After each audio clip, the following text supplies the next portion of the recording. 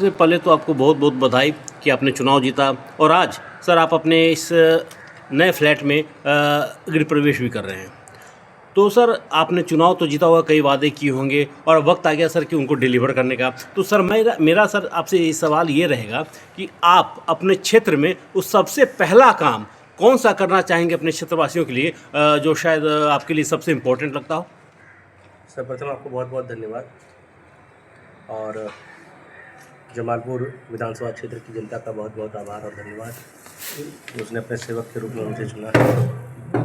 जहाँ तक बात रह गई कि सबसे पहले क्या करना है, तो ये ऐसा कुछ नहीं होता है कि सबसे पहले क्या करना। हमने काम क्या क्या करना है, लगातार 3 वर्षों से नवा संगठन का अध्यक्ष था, दिन रात लोगों के बीच में काम किया है और बहुत सारे वादे हैं, अलग अलग क्षेत्रों के अलग अलग डिमांड है। सरकार सभी विषयों पे काम कर रही है और विशेष रूप से हमारे यहाँ जिन चीज़ों की ज़रूरत है उसको प्राथमिकता के साथ उठाना और उसको काम को पूरा कराना, ये हमारी जिम्मेदारी है।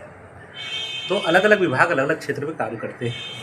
कोई उद्योग धंधे को डेवलप करता है, कोई एजुकेशन सेक्टर को सुधारता है, कोई रोड को देखता है। जी जी सर। तो हर विभाग से मिलकर के काम कराना। पहले क्या होता है, इसका क्या है नहीं, मूल रूप से यह है कि हमको सर्वांगीण विकास जमालपुर का करना है। इसका वादा मैंने किया है, उसके लिए मैं लगातार काम। जी जी सर, बोल जमालपुर की समस्या के बारे में बताएं जो कुछ आगे करना है। अगर जमालपुर को आप लोग जानते हो तो जमालपुर बहुत पुराना औद्योगिक शहर रहा है। जी जी। ये ब्रिटिश काल के समय से यहाँ रहा है और धीरे धीरे समय के साथ इसके अंदर बहुत सारी चीज़ों की कमी आई और लगातार पिछले 5 वर्षों से हम तो देख रहे हैं, 3 वर्ष से जरूर अध्यक्ष के रूप में आदरणीय नंदन बाबू के साथ काम करते हुए कि बहुत सारी चीज़ों को रिस्टोर करने का काम वहाँ पे किया गया। रेलवे का जो इंफ्रास्ट्रक्चर बहुत कमज़ोर होता जा रहा था, उसको बहुत मजबूत करने का, सुदृढ़ करने का काम किया जा रहा है। कारखाना और डीजल शेड दोनों को सुदृढ़ किया गया है। वहीं जो वहाँ के पर्यटन के विकास की संभावनाएं हैं, उन पर लगातार काम हो रहा है। तो इन सब चीज़ों को आगे बढ़ाते रहना है हमको। काम बहुत सारे हैं। मूल रूप से इस बार जो है नीतीश जी ने कहा है 1 करोड़ रोजगार को लेकर। तो ये बिहार की सबसे बड़ी चुनौती है कि हम ज़्यादा से ज़्यादा रोजगार के ऐसे संसाधन को हम लोग वहाँ तैयार कर सकें जिससे युवाओं को ज़्यादा से ज़्यादा काम मिल सके।